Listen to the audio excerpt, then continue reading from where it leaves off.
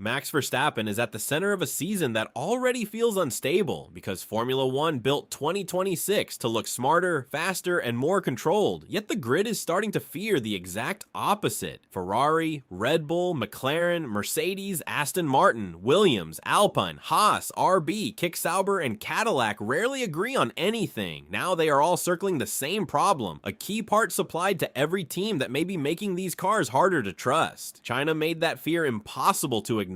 McLaren lost both cars before the race even started when Lando Norris and Oscar Piastri were hit by electrical trouble, and that instantly made this feel bigger than one team having a bad weekend. The electric side of these new power units is far more important than before, so when control systems are even slightly off, the damage spreads fast through launches, battery use, and race management. This is the part that changes everything, because now this is no longer just about one failure, one team, or one ugly race day. If the system at the center of the car cannot keep up, then the entire shape of the 2026 season starts to change with it. Some teams may be handling it better than others, but that only makes the next question even bigger. What exactly is this part, and why has it put the whole paddock on edge? This problem matters because the 2026 cars depend on electric power more than ever before. The battery and MGU-K now play a much bigger role, so the system controlling energy use is no longer a small background detail. It sits at the center of performance, drivability, and race execution. Once teams start losing trust in that control system,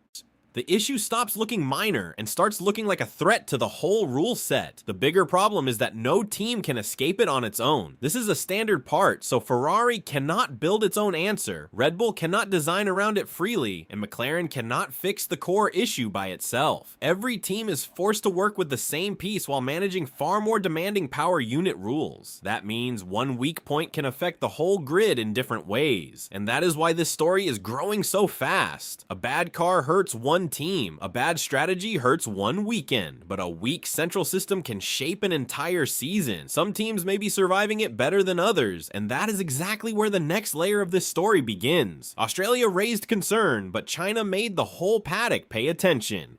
McLaren losing both cars before the race could even begin turned this from quiet garage frustration into a public warning. When a top team cannot even get to the start, people stop calling it bad luck and start asking whether something deeper is going wrong across the grid. That is why these early weekends matter so much. The failures did not all look the same on the surface, but they pointed toward one shared fear. Modern F1 cars are being pushed by a system that may not be keeping up cleanly under pressure. Once that idea enters the paddock, every strange launch, electrical issue, and sudden retirement starts feeling connected, even when the symptoms look different, and that changes the mood of the season immediately. Now, teams are no longer just trying to make the car faster. They are trying to understand whether the problems they are seeing belong only to them or belong to the new era itself. That is where the next layer of this story becomes even more serious. The deeper fear inside the garages is not just that cars are failing, it is that the system controlling energy is being asked to do too much, too often, under too much pressure. On these 2026 cars, energy use is no longer something teams manage only in a few key moments. It affects the full lap, from harvesting to deployment, to how the car feels when the driver goes back on throttle. That is why even small weaknesses here can create much bigger problems than fans expect. A car may look normal in one phase of the lap, then suddenly feel wrong at launch, unstable in delivery, or weak when the driver needs instant response.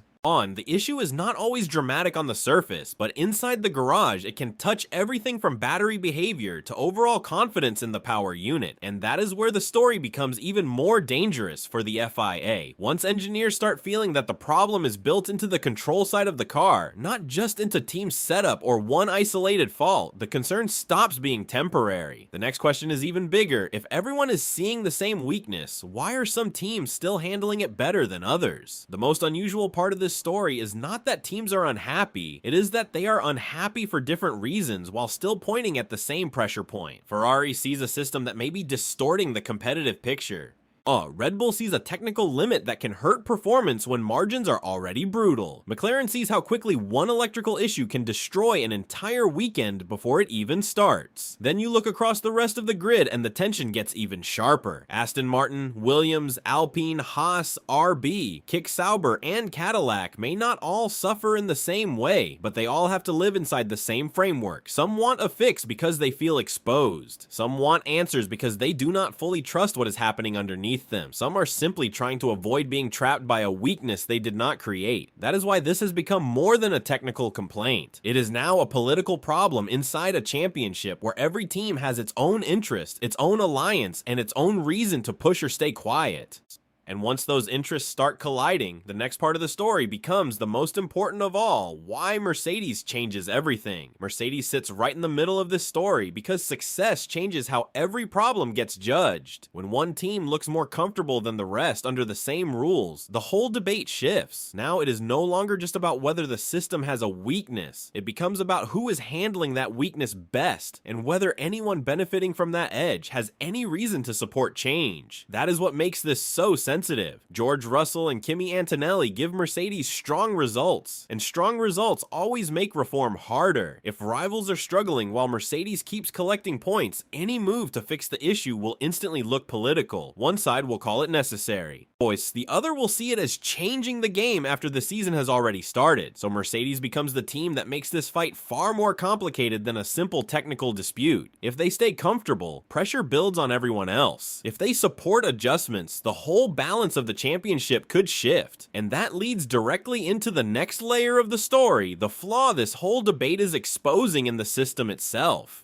The bigger issue here is not just one weak part, it is the trap created by a standard part that nobody can truly escape. In a normal F1 fight, teams solve problems with better design, smarter engineering, and faster development. Here that path is blocked. If the shared system is the weakness, then even the best teams are forced to work around it instead of removing it. That changes the whole meaning of the story. This is no longer only about launches, electrical trouble, or strange race weekends. It becomes a question about how Formula 1 built this new era in the first place. A part meant to protect fairness can also slow down progress when it becomes the limit for everyone. That is the flaw sitting underneath all this noise. And that is why the pressure on the FIA keeps growing. Teams are not just asking for a fix, they are facing a system that may have underestimated how hard these new cars would be to control at the center. Which means the final part of this story is now unavoidable. What happens next if the sport cannot solve this fast enough? Now, the story reaches its hardest point. If the FIA moves slowly, more teams risk losing weekends to a problem they cannot control on their own. If the FIA moves quickly, the teams already coping best may feel the rules are being shifted under them. That means every next failure, every strange start, and every sudden electrical issue will carry even more weight than before. This is what gives the whole fight real championship danger. Ferrari will see lost ground through one lens, Red Bull through another, McLaren through another, but the pressure lands on the same place every time. A system that was supposed to give the new era stability is now being watched as a possible source of instability. Once that doubt spreads across the grid, it becomes much harder to contain. So this is no longer just a technical story buried in the garage. It is a test of whether Formula 1 can protect the credibility of its new rules before the season gets dragged deeper into confusion. And if that answer does not come soon, the battle that defines 2026 may not be team against team, but the entire grid against the system itself.